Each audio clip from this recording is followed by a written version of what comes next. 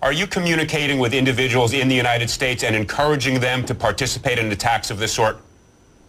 Of course I am. You know, I am participating in communication with people all around the world. As you know, the internet makes the world a very small place. You know, we have a lot of support, in fact, post-Wotton Bassett, from people as far as afield as Indonesia, from India. Mr. Chowdhury, based upon your answer, I believe, and I'm sure many prosecutors will listen to your answer, you have violated U.S. law. You deserve to be arrested, prosecuted, jailed for the rest of your life. That is what you, sir, deserve. You're a violent and heinous terrorist. I will say to you, well, you can use as much pejorative. Aims of the White House Rural Development Plan sound eerily similar to a UN plan called Agenda 21, where a central planning agency would be responsible for oversight into all areas of our lives, a one world order. Sound familiar?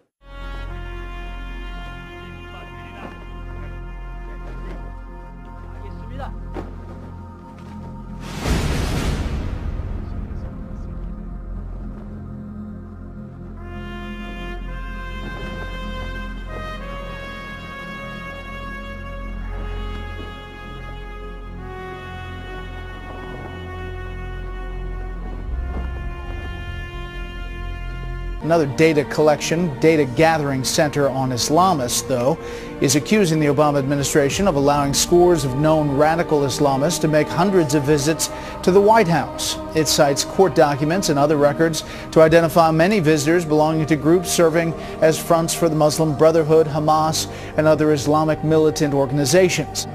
Do you know how many of the members of your Countering Violent Extremism are members of Muslim Brotherhood?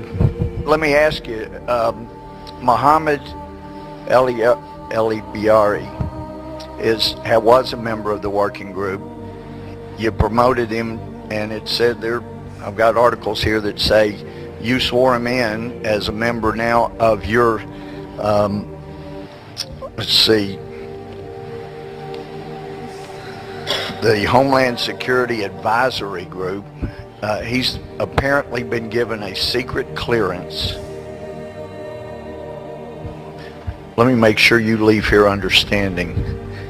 He was a featured speaker at the tribute to the great Islamic visionary Ayatollah Khomeini. Questions now have been raised about Obama's CIA nominee by an ex-FBI agent who claims that the nominee for the CIA, John Brennan, is an Islamic convert with decades-old connections to the most anti-American variant of the religion. Well, Bachman back then accused Ahmadinejad of helping members of the Muslim Brotherhood infiltrate the U.S. government. Why John Brennan should not be CIA director? Of course, he's a secret Muslim. Mr. Brennan did convert to Islam when he served, and he has given them access to not only senior leaders inside the government, but has given them access to the National Security Council, the National Security Staff. He has brought known Hamas and Muslim Brotherhood operatives into those positions of government. But for more than 3 decades, I have also had the tremendous fortune to travel the world, and as part of that experience, to learn about the goodness and beauty of Islam. And we begin this evening with the conflict in Syria, where the Obama administration is preparing to send weapons to jihadists who have vowed to destroy America. That's right. It looks like the White House is, well, they're getting ready to arm al-Qaeda terrorists in Syria. President Barack Obama has signaled that he will greenlight the transfer of lethal weapons to FSA, that's Free Syrian Army militants in Syria, within weeks, despite the fact that such groups are being led by al-Qaeda terrorists responsible for killing U.S. troops in Iraq who have vowed to destroy America. So forget all of those speeches that this president gave at AIPAC and, oh gosh, we're Israel's best friend, we're going to help them, because, oh no, we're going to give people who have the power to destroy Israel on the border with Israel military aid as they are planning. Many there make it clear they hate Israel, they hate us, and it's time that we do not provide military aid, abetting, and assistance to people that want to destroy Christians, that want to destroy Israelis, and that want to put the world in turmoil and have everyone living exactly as they dictate. The very same insurgents who Obama now plans to arm with lethal weapons are the same guys who have openly expressed their radical hatred towards America. They're out there ransacking Christian churches, burning American flags. President Obama hasn't been to church since he took office. Well, so far now he's saying we are not a Christian nation. So is there a message being sent? What I was suggesting, you're absolutely right that John McCain has not talked about my Muslim faith, and you're absolutely right that that has not Christian come faith. My Christian faith. And well, what I'm saying is he hasn't suggested that I'm a Muslim. Obama's Lucky Charms, a ring that says there is no God except for Allah.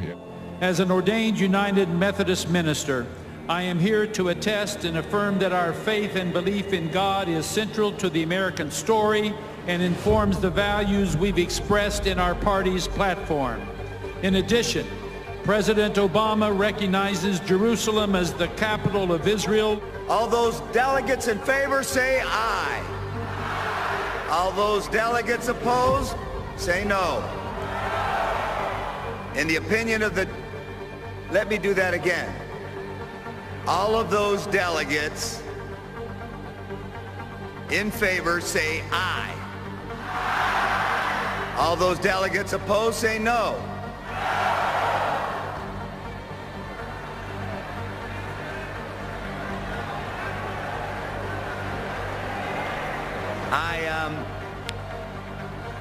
I guess...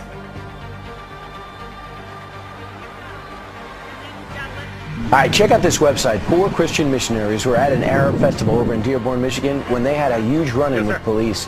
The Christians were the only ones that were charged, and you know, it's interesting, it wasn't the Christians that were breaching the peace, it was the hecklers, the Muslims who were actually making threats to them. Instead, what we have now, we have 4 Christians who are locked up and spent an evening in the jail for doing nothing more than expressing their religious beliefs. You know, in our country, we're not governed by Sharia law, we're governed by the Constitution, and we have a First Amendment that protects those rights. Is this more, were they adhering to Sharia law in their arrest? Because it doesn't seem to be going by our Constitution. I guess that was my point. Again, you know, our Constitution protects the right to free exercise of religion, the right to freedom of speech. Under Sharia law, you don't have those particular rights. You know, it's probably not a coincidence that in a city where you have the largest Muslim population in the United States, that you have police who are persecuting Christians. It is so dangerous down at that border, and you don't see that on television because cameramen usually don't go there. I'm catching 60 people at a clip with the Border Patrol agents, and mixed in are people from the Middle East. We're joking about it, but it's very, very serious because as I asked Congressman King if I had a bus of drug cartel members, Hezbollah, or Chinese nationals, what don't you want to get through? The reason being is because the Chinese nationals, they could create a cyber 9/11. And I witnessed 9/11 firsthand. I mean, I was like this, and I ran from those buildings. A cyber 9/11 would make that day look simple. I mean, we're talking about shutting down our air traffic control or shutting down the electric grid on the East Coast. This country would not be able to get through that sort of thing. So the fact that we're allowing that to come through the border, this is a pathway to disaster. And we will never understand until it happens that America will never be the America we know. Because let me tell you, we just watched the city of Boston shut down for a week because of 2 guys who learned... Think terror training camps are only located in places like Pakistan? Think again. Our next guest has proof that radical Muslims are training to wage jihad right here in our own backyards. Terrorist organization at war in the Middle East, and tonight top anti-terror officials tell the 6 News investigators Hezbollah agents are active in the Charlotte area. do believe as Muslims the East and the West will one day be governed by the Sharia. Indeed, we believe that one day the flag of Islam will fly over the White House. Indeed, there's even a narration of the Prophet where he said the day of judgment will not come until a group of my ummah conquer the White House. Tonight we have another disturbing story to report. The Obama administration has confirmed to Fox News that earlier this month members of the National Security Council met with this man, Abdullah bin Baya. Now this is a group that openly supports Hamas and calls for the destruction of Israel. Now, the group was founded by an Egyptian cleric who in the past has called for the death of Americans and Jews and is banned for ever stepping foot in the United States. This is completely impossible to understand. Why you would have this person in the White House talking to people on the National Security Council, a person who's the vice president of an organization that calls for the destruction of the state of Israel, an organization whose president has advocated killing Israelis and killing Americans. And he's the vice president of the group. So we have somebody sitting in the White House who's part of an organization that has advocated the killing of Americans.